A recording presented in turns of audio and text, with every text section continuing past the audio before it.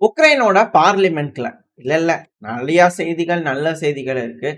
எதுக்காக முதல்ல எடுத்தோன்னே இந்த செய்தி தூக்கி ஓரமா வச்சிடலாம். ஃபர்ஸ்ட் இம்பார்ட்டன்டான செய்தி. நியூ டெல்லி நம்மளோட கேபிட்டல் விழா கோலம் போல வந்து பாத்தீங்கன்னா ப்ரிப்பேர் ஆயிருக்கு. எதுக்காக? ரஷ்ய அதிபரான விளாடிமிர் புட்டின் அவர்களை வரவேற்கிறதுக்காக. இந்த பதிவை நீங்க பார்த்துக்கிட்டு இருக்கீங்க அப்படின்னா 4:30 மணிக்கு அவர் நம்ம நாட்டுல காலடி எடுத்து வைப்பார் அப்படிங்கிற எதிர்பார்க்கப்படுது. இந்த பதிவை நீங்க பார்க்கும்போது வந்திருக்கலாம்.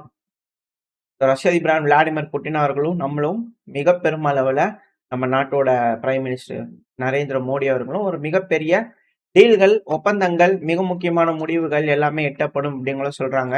ஏஎன்ஐலாம் வந்து பாத்தீங்கன்னா அந்த சேனல்லாம் இருக்கு இல்லையா, நம்மளோட சேனல். ஸோ அதெல்லாம் வந்து பாத்தீங்கன்னா அவரோட போட்டோ வச்சு பூஜை எல்லாம் பண்ணி ஆரத்திலாம் எடுத்து வரவேற்கிறதுக்கு நிறைய ரெடி ஆயிருக்காங்க. நிறைய விஷயங்கள் நடந்துகிட்டு இருக்கு.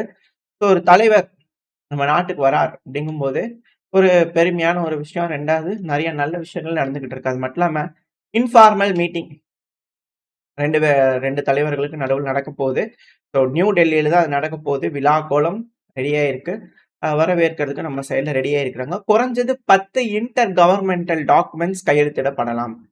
ஒப்பந்தங்கள் 15 கமர்ஷியல் அக்ரிமெண்ட்ஸ் வந்து பாத்தீங்கன்னா ஒப்பந்தங்கள் கையெழுத்திடப்படலாம் அப்படிங்கிறது போல ரஷ்ய தரப்பு இந்த உஷங்கா அவர்கள் இருக்கார் இல்லையா, அவர் தரப்புல இருந்து வந்து பாத்தீங்கன்னா செய்திகள் வந்திருக்கு. இப்போ நிறைய விஷயங்கள் வந்து பாத்தீங்கன்னா இரு தலைவர்கள் வந்து பண்ண முடிவுகள் எடுப்பாங்க. இதுக்கு முன்னாடி, அதாவது அவர் இந்தியாவுக்கு கிளம்புறதுக்கு முன்னாடி வந்து பாத்தீங்கன்னா இந்தியா டுடேக்கு பேட்டியும் கொடுத்திருந்தார். அந்த இன்டர்வியூல வந்து பாத்தீங்கன்னா நம்ம தரப்புல இருந்து சில விஷயங்கள்லாம் கேட்டிருந்தோம். ஸோ அதுல வந்து இந்த பேச்சுவார்த்தைகள்லாம் நடந்தது இல்லையா. ஸோ ஸ்பெஷலா வந்து பாத்தீங்கன்னா நம்ம இந்தியா மீடியாவுக்கு வந்து பாத்தீங்கன்னா சில விஷயங்கள் சொல்லிக்கிறாங்க. அதாவது மீட்டிங்ல வந்து பாத்தீங்கன்னா விட்டாக் அவர்களும் கிருஷ்ணர் அவர்களும் டொனால்டு ட்ரம்ப் அவர்களோட ரிலேட்டிவ்னு சொல்றாங்க இல்லையா, கிருஷ்ணர் அவர். இவங்கலாம் வந்து பாத்தீங்கன்னா அதிக நேரம் பேசணும். அதனால சில விஷயங்கள்லாம் வந்து பண்ண தெளிவா பேச முடிஞ்சுச்சு. ஒரு பாயிண்ட்டையும் வந்து பாத்தீங்கன்னா நாங்க அந்த பீஸ் ப்ரொபோசல்ல இருக்கிறத நாங்க பார்த்தோம். 2வது இந்த அமெரிக்கா ப்ரொபோஸ் பண்ணக்கூடிய பாயிண்ட்ஸ் இருக்கு இல்லையா, ரெசல்யூஷன். அதுல சில சில பிரச்சனைகள் இருந்துச்சு. அதுல நாங்க அக்ரி பண்ணாத விஷயங்கள்லாம் இருக்கும்ல, அத பத்திலாம் நாங்க டிஸ்கஸ் பண்ணியிருந்தோம். அதுக்கப்புறம் அமெரிக்கா சைடுல வந்து பாத்தீங்கன்னா டிவைட் பண்ணிக்கிறாங்க. 28 பாயிண்ட் பீஸ் ஃபார்முலாவ 4 பிளானா டிவைட் பண்ணிக்கிறாங்க பேக்கேஜா. ஸோ ஒரு பேக்கேஜா நடக்கும் அப்படிங்கிறது போல ரஷ்ய தரப்பு வந்து சொல்லிக்கிறாங்க. ரஷ்ய அதிபர் விளாடிமிர் புட்டின் இந்த பேட்டியில சொல்லியிருந்தாரு.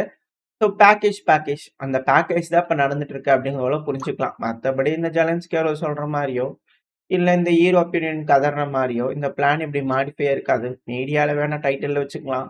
மத்தபடி அமெரிக்காவுக்கு ரஷ்யாவுக்கு நடுவில் நடக்கிறது தான் அப்படிங்கிறதுல மாற்று கருத்து இல்ல. அடுத்தது அமெரிக்காவோட ரெப்ரசன்டேட்டிவ்ஸ் கரண்டா வந்து பாத்தீங்கன்னா ஷட்டில் டிப்ளமசில என்கேஜ் ஆயிருக்காங்க. ஸோ இதுல வந்து பாத்தீங்கன்னா ரஷ்யா, யூரோப், உக்ரைன் பல நாடுகளோடயும் அவங்க என்கேஜ் பண்ணிட்டு இருக்கனால கொஞ்சம் இது தெரியுது. மத்தபடி ஒண்ணும் இல்ல அப்படிங்கிற ரஷ்ய தரப்புன்னு சொல்லிக்கிறாங்க. ஸோ ரஷ்யா வந்து பாத்தீங்கன்னா உக்ரைனுக்கு நாங்க ஆஃபர் பண்ணியிருக்கோம்.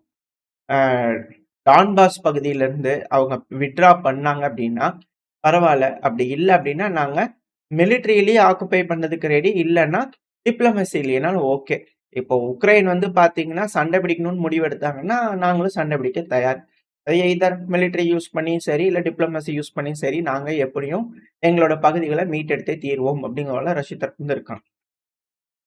இதுதான் இதுல இருக்கக்கூடிய மிக முக்கியமான விஷயங்கள். ரஷ்ய அதிபர் விளாடிமிர் புட்டின் அவர்கள் தரப்புல இருந்து வரக்கூடிய ஸ்டேட்மெண்ட்ஸ். ரஷ்யா உக்ரைன் பிரச்சனை முடியுமா முடியாதாங்கிறது இந்த டொனஸ்க் லுஹான்ஸ்க் பகுதியை வந்து பாத்தீங்கன்னா என்ன முடிவுகள் எடுக்கிறாங்க அப்படிங்கறது பொறுத்து தான். இங்க இந்தியாவுக்கு வரப்போறாரு. என்ன மாதிரியான முடிவுகள், என்ன மாதிரியான ஃபைட்டர் ஜெட்ஸ் எல்லாம் நம்ம வாங்க போறோமா, அதுக்கான ஒப்பந்தங்கள் கையெழுத்தாக போதான்னு ஏகப்பட்ட எதிர்பார்ப்புகள் டிஃபென்ஸ் அனலிஸ்ட் கிட்டயா இருக்கட்டும், பல அனலிஸ்ட் கிட்டயா இருக்கட்டும், எல்லா தரப்புலையும் வந்து பாத்தீங்கன்னா இருக்கு. ஸோ இது வரவேற்கத்தக்க வேண்டிய ஒரு மீட்டிங். ஸோ இந்த மீட்டிங்க்கு அப்புறம் என்ன மாதிரியான டிப்ளமேட்டிக்கல் ஷிஃப்ட்ஸ் நடக்குது அப்படிங்கறத வெயிட் பண்ணி பார்க்கலாம். இப்போ அப்படியே இந்த உக்ரைனுக்கு போயிடலாம். உக்ரைனோட அதிபரான ஜெலன்ஸ்கி அவர்கள் அயர்லாண்டோட ஐரிஷ் பார்லிமெண்ட்ல வந்து பாத்தீங்கன்னா பேசி அங்க போய் நின்னு ஐயா எங்க நாட்டுக்கு உதவுங்கய்யா அப்படிங்கிறதோட அவர் தரப்பு வந்து கேட்கக்கூடிய விஷயங்கள் நடந்துட்டு இருக்கிறது தான்.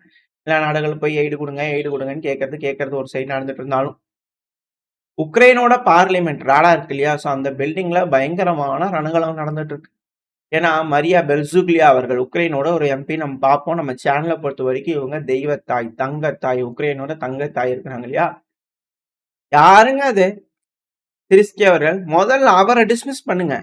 பூரா ஊழல் குற்றவாளிகளா இருக்காங்க. முதல்ல இந்த சிரிஸ்கி அவரை டிஸ்மிஸ் பண்ணுங்க. அதாவது கமாண்ட் இன் சீஃபா இருக்கிறாரு இல்லையா உக்ரைன். ஸோ அவங்க மேல இவங்களுக்கு ரொம்ப நாளா காண்டு. என்ன காண்டுன்னு தெரியல. ரொம்ப நாளா இத சொல்லிட்டு இருக்காங்க. அவங்கள ஃபர்ஸ்ட் டிஸ்மிஸ் பண்ணுங்க, டிஸ்மிஸ் பண்ணுங்கன்னு சொல்லிட்டு. அக்ரோஸ்க் பகுதி இருக்கு இல்லையா? பார்லிமெண்ட்ல பேசுறாங்க. உக்ரைனோட எம்பி மரியா பெசுக்லியான் அவங்க வந்து பார்த்தீங்கன்னா பார்லிமெண்ட்ல கதறாங்க. அக்ரோஸ்கெல்லாம் ரஷ்யா ஆல்ரெடி புடிச்சுட்டாங்க. பெருநோக்கலா இருக்கிறவங்களுக்குலாம் எந்த பக்கம் தெரிச்சு ஓடுறதுன்னு தெரியாம வழி இல்லாம சுத்தி ஃபுல்லா என்சர்க்கிள் பண்ணி உட்காந்துட்டு இருக்கிறாங்க ரஷ்யா. ஜாப்ரோசேசியா நோக்கி போயிட்டு இருக்கிறாங்க தெரியுமா? சிட்டி ஜாப்ரோசேசியா சிட்டி நோக்கி போயிட்டு இருக்கிறாங்க. இன்னும் உட்காந்துட்டு என்ன பேசிட்டு இருக்கிறீங்க நீங்க? எப்போ எவ்வளோ டைமா நாங்க சொல்லிட்டு இருக்கிறோம். எப்போவோ ரஷ்யா வந்து இந்த கொஸ்டாண்டினிஃப்கான்ற அந்த இதெல்லாம் பெனிட்ரேட் பண்ணிட்டு போயிட்டாங்க. டிஃபென்ஸ் எல்லாம் பெனிட்ரேட் பண்ணிட்டு போயிட்டாங்க. இதுக்கெல்லாம் காரணம் யாரு? ஊழல், கரப்ட் ஆனா இந்த ராணுவம் இந்த சிரிஸ்கியார்கள்லாம் தவறான முடிவுகள் எடுத்து நம்மளோட வீரர்களை சாவு குழி புதகுழியை நோக்கி அனுப்பிட்டு இருக்கிறாங்க. அது பார்லிமெண்ட்ல பேசிட்டு இருக்கிறாங்க. புதகுழியை நோக்கி அனுப்பிட்டு இருக்கிறாங்க. சில வீரர்கள்லாம் சண்டை பிடிக்கிறதுக்கு வழியே இல்லாம விட்டுட்டு ஓட வேண்டிய கட்டாயத்துக்கு தள்ளப்படுறாங்க. என்ன காரணம்? எதுக்காக? சிரிஸ்கி அவர்களோட தவறான முடிவுகள். Is corrupt. முதல்ல ஒருத்துக்கு வெளியேறீங்க அப்படிங்கிறது போல இவங்க தரப்பு வந்து ஆக்ரோஷமான விஷயங்கள் வந்துகிட்டு இருக்கு. ஏன்னா இருக்கக்கூடிய விஷயங்கள் களத்தை பொறுத்த வரைக்கும் வந்து பாத்தீங்கன்னா எதுவும் ஃபேவரா உக்ரைனுக்கு இருக்கிற மாதிரி இல்லை. ஸோ அதனால சிரிஸ்கி அவர்களுக்கு எகெயின்ஸ்டா இப்ப கத்திகள் திரும்பி இருக்கு. ஒருத்தரா கத்தி எரிஞ்சிட்டு இருக்காங்க. உக்ரைன்ல இருக்கக்கூடிய பல நபர்கள் சிரிஸ்கிக்கு எகெயின்ஸ்டாவே உக்ரைன்ல இருக்க நபர்களே ஆட்சியில் இருக்கிறவங்களே கத்தி எரிஞ்சிட்டு இருக்காங்க. என்னைக்கு அவர் மேல படப்போகுது அப்படிங்கறதான் தெரியல. பொலிட்டிக்கல் ரீதியா சொல்ல வரேன். மெயினான விஷயத்துக்கு வந்துடலாம். ஸோ ஒரு சைடு வந்து பாத்தீங்கன்னா ஆட்சி கவிழ்ப்பு, ஊழல் குற்றவாளி, மெயினான விஷயங்கள்லாம் மாத்துறது, இது போல விஷயங்கள்லாம் நடந்துட்டு இருந்தாலும், இப்போ இன்னொரு சைடு வந்து பாத்தீங்கன்னா சிரிஸ்கி அவர்கள் இது போல விஷயங்கள் இருந்தாலும் தாக்குதல் அப்படிங்கிறது பஞ்சமே இல்லை. திரும்பி ஒடசா பகுதிகளில் வந்து பாத்தீங்கன்னா ஹெவியான அட்டாக், சப்ஸ்டேஷன்ஸ்லாம் வந்து பாத்தீங்கன்னா பயங்கரமா தாக்குதல் நடந்திருக்கு. இதுக்கு முன்னாடி ஒடசாவோட பவர் பிளான்ட்ல எல்லாம் கை வைக்கல. அதாவது உக்ரைனோட மேற்குல வந்து பாத்தீங்கன்னா ரஷ்யா கை வைக்காம இருந்தாங்க. இப்போ எப்போ ஆயில் டேங்கர்கள்ல கை வைக்கிறாங்களோ இப்போ ஒடசா பகுதிகளில் இருக்கக்கூடிய சப்ஸ்டேஷன், எலக்ட்ரிக்கல் இன்ஃப்ராஸ்ட்ரக்சர் மேல கை வைக்க ஆரம்பிச்சாங்க ரஷ்யா. ஸோ லாஸ்ட் நைட் ஹெவியான அட்டாக் ஒடசா பகுதியில் நடந்திருக்கு.